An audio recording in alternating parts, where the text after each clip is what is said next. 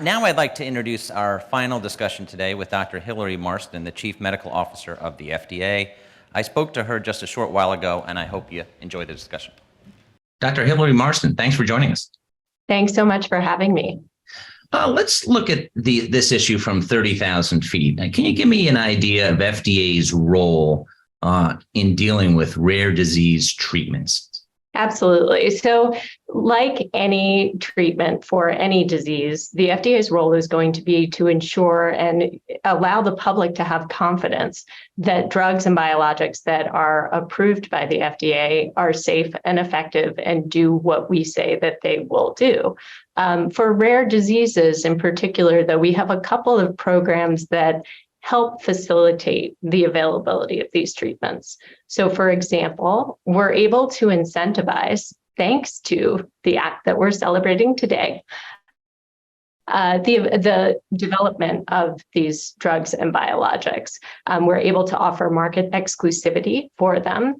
We're also able to fund grants that will help encourage the development and help fund clinical trials or natural history studies that facilitate the evidence that these companies need. In addition, we have a number of programs that are available to help work with patients to ensure that when our reviewers are looking at applications, when the rest of the FDA is looking at the evidence that's coming forward, we really understand what the patients are feeling, what they need in order to meet the conditions that they have and live as productive a life as they can. What has been the impact of the passage of the Orphan Drug Act? I mean, it's hard to overstate what a sea change that this was for development of products for rare disease. Prior to the enactment in 1983, I think there had been 10 products developed for rare diseases. And these are conditions that people are living with across the United States. We're talking about collectively 30 million Americans that are living with these conditions, and 10 products to match that. You can imagine how frustrating, how demoralizing that must have been for this community.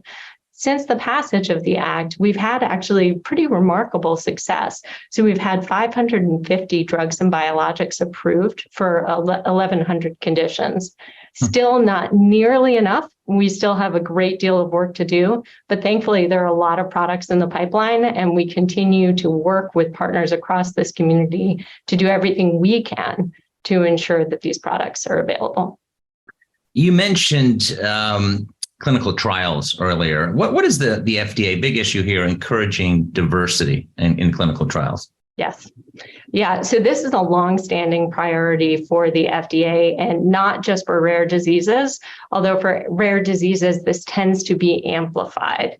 So the work at the FDA is to ensure that developers are thinking about this early in their clinical development plans, because something that we've seen from hard-won experience across the product development spectrum is that when you jump on this too late, when you think about it too late, you're working from behind and you probably have no hope of actually catching up.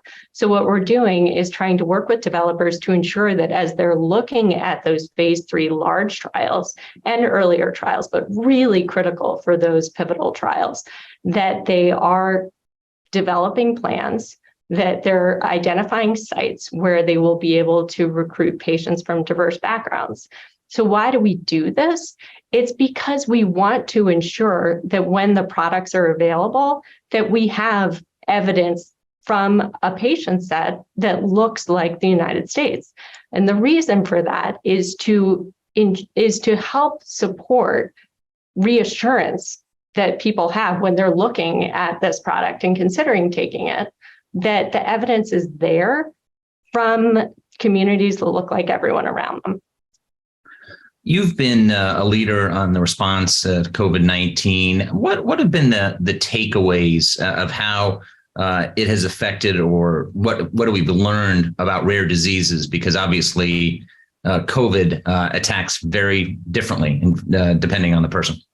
That's right. And we have seen throughout the pandemic that these viruses, like other pandemics before them, have an ability to find marginalized communities wherever that they are. A number of individuals with rare diseases have immunocompromise as part of their conditions. That predisposes them, but those aren't the only folks who are affected by this. For example, people just encountering their everyday clinical care. All of a sudden, with the shutdown of healthcare institutions at the beginning of the pandemic, that became far more difficult. The support networks that are so critical for people living with some of these rare conditions, that became really difficult as people were accessing the healthcare system, but only able to come one at a time. So each of these things presented individual different experiences for people with rare conditions. So that's something that we need to keep in mind and something that we've learned a great deal about. So what have we learned? We've learned that there is a need to expand the research tent to make research more accessible to people with rare conditions. This was particularly true in the case of the COVID pandemic, but some of the tools that we've developed in that setting will redound to future studies. So things like greater use of remote consent, some of the greater reliance that we've developed or greater comfort that we've developed with some sources of real world evidence. Those are things that we've exercised those muscles through the pandemic, and it will continue to feed its way into our work in the future. Where do you think we are on COVID-19 and where are we going? Well, the good news about COVID-19 is that we are in a far, far better place than we were a few years ago, obviously. Just the fact that I'm sitting here in my office, I'm not at a remote site. I see that you're in your office as well. Obviously, this is just a completely different reality, right? Where I have vaccines, I have several boosts. Thankfully, in this country, we can avail ourselves of the most updated vaccines possible. And we have the evidence that those do provide really excellent protection against hospitalization and death.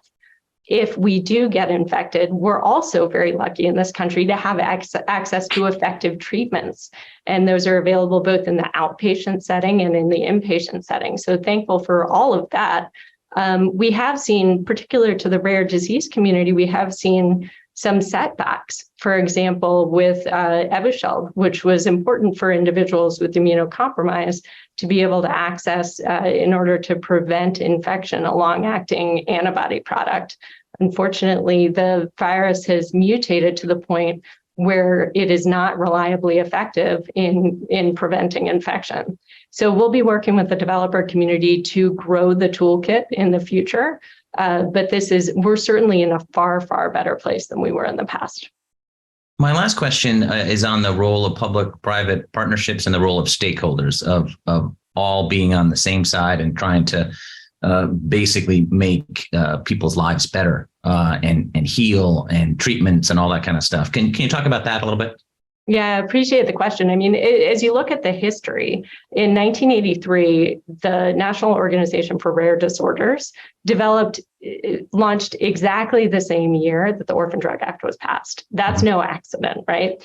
And our partnership with NORD has been a model for how these kinds of partnerships can accelerate development, but also make sure that development is anchored in what patients actually need. I would say that they're just gaining steam in that area. We have launched in recent years a patient listening session program where we're able to work with NORD in order to identify people who have these conditions so that our review divisions can hear directly from the patients and let that inform their work. Similarly, NORD is available for product developers as they're trying to hone what they might consider developing to ensure that it actually meets the patient needs. Something that we've been excited about hearing about NORD's more recent activities is that they're developing a similar network for the clinician community. So this is something that I'm very concerned about. The clinicians out there, you might have one expert in some of these conditions, right? But obviously that expert can't be everywhere in the country. So NORD is playing a really important role in connecting some of those clinicians so that they can share their expertise with others around the country who are treating individuals with these conditions. Dr. Hilary Marston, thanks so much for joining us today. Thanks so much. It's a momentous day. We're excited to be here to celebrate. Thanks.